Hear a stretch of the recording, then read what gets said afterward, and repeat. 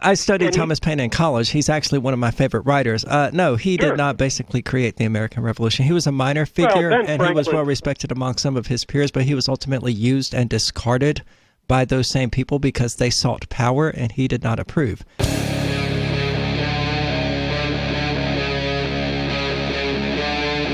Free Talk Live. To the phones, we continue with David in San Francisco, listening online. Hello, David.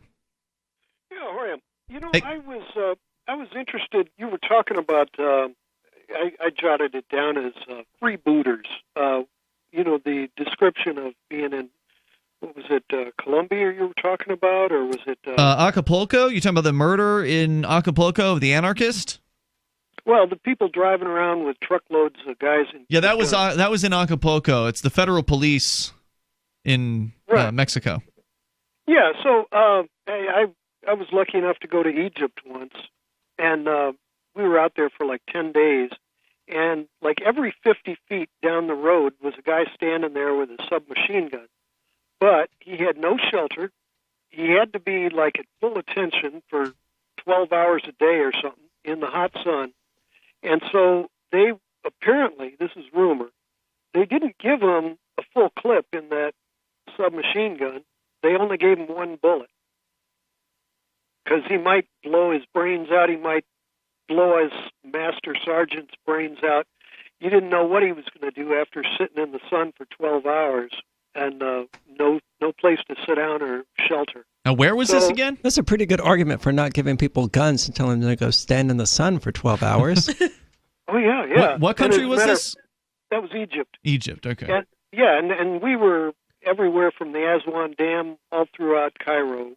Went to all the temples. I went there with a 10-day tour. But this whole idea that they had, they drafted these guys to do it.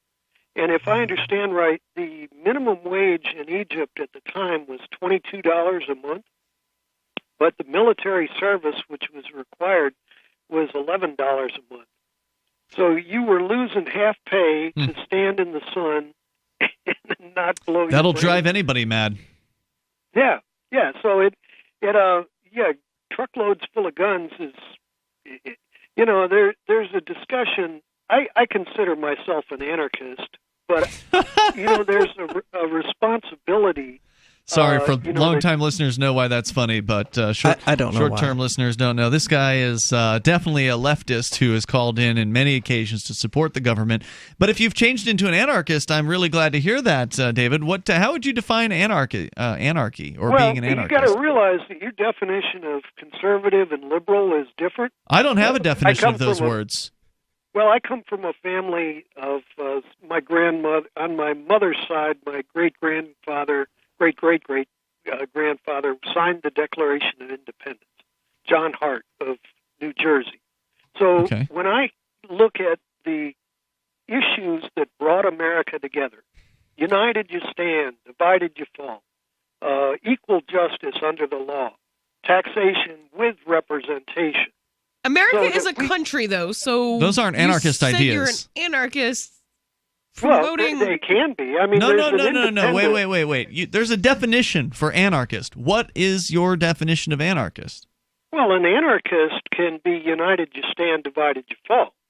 There's nothing. That has nothing. No, that's a slogan. You can believe in a slogan as an anarchist. There's no doubt about it, but that doesn't define what an anarchist is. And equal justice under the law. Definitely not an anarchist. An anarchist can get along with that. What law? They can't, because there can be no law. Right, what law? Well, it could be natural law, but what law are you talking about? Well, that's exactly the point. I consider myself more like an Indian, somebody who's on God's green earth, that doesn't have to obey some stupid king's dictates. It's and I can live in. If you read Thomas Paine, the guy that basically created the American Revolution with his book by Common Sense. I studied Thomas Paine in college. He's actually one of my favorite writers. No, he did not basically create the American Revolution. He was a minor figure, and he was well respected among some of his peers, but he was ultimately used and discarded by those same people because they sought power, and he did not approve. The government that they created based on his writings was absolutely a Leviathan power-grabbing government.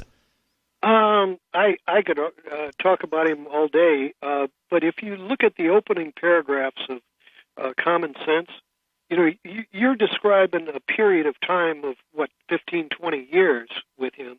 I'm talking about the very first days of the American Revolution, where he describes that a society is when people are in common agreement, and a government is when you create a function. You want to keep the lock and dam working, and so the government is created to keep a guy paid to take care of the lock and dam. Well, Thomas Paine was certainly not an anarchist anyway. That's usually the excuse for a government, at least up front. But he expanded this considerably more so in his later writing, The Rights of Man, where he pointed out the fallacies of government and government control. And again, he wasn't even an anarchist; he was a classical liberal. Well, his description of a society can include an anarchist, but it's when there's common agreement.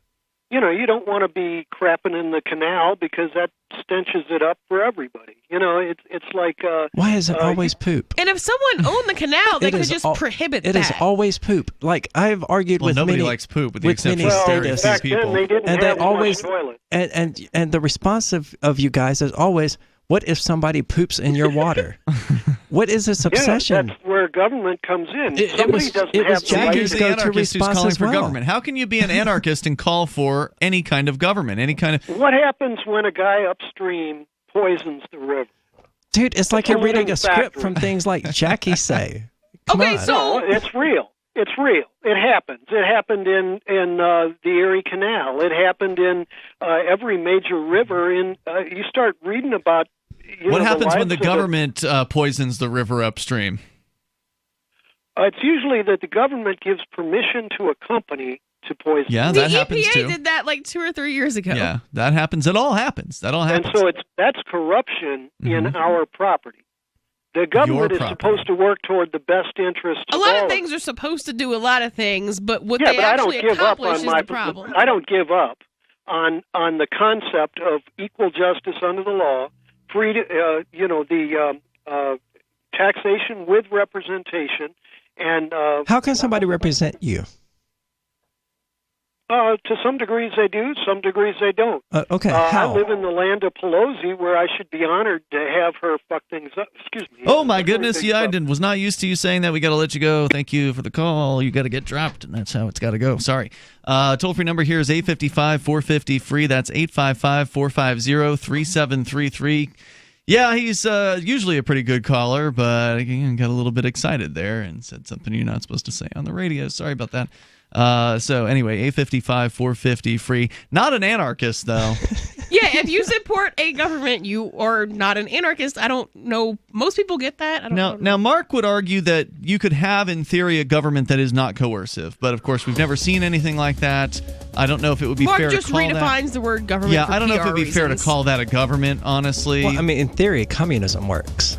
Free Talk Live, 7 nights a week from 7 to 10 Eastern, live on the Liberty Radio Network at LRN.FM.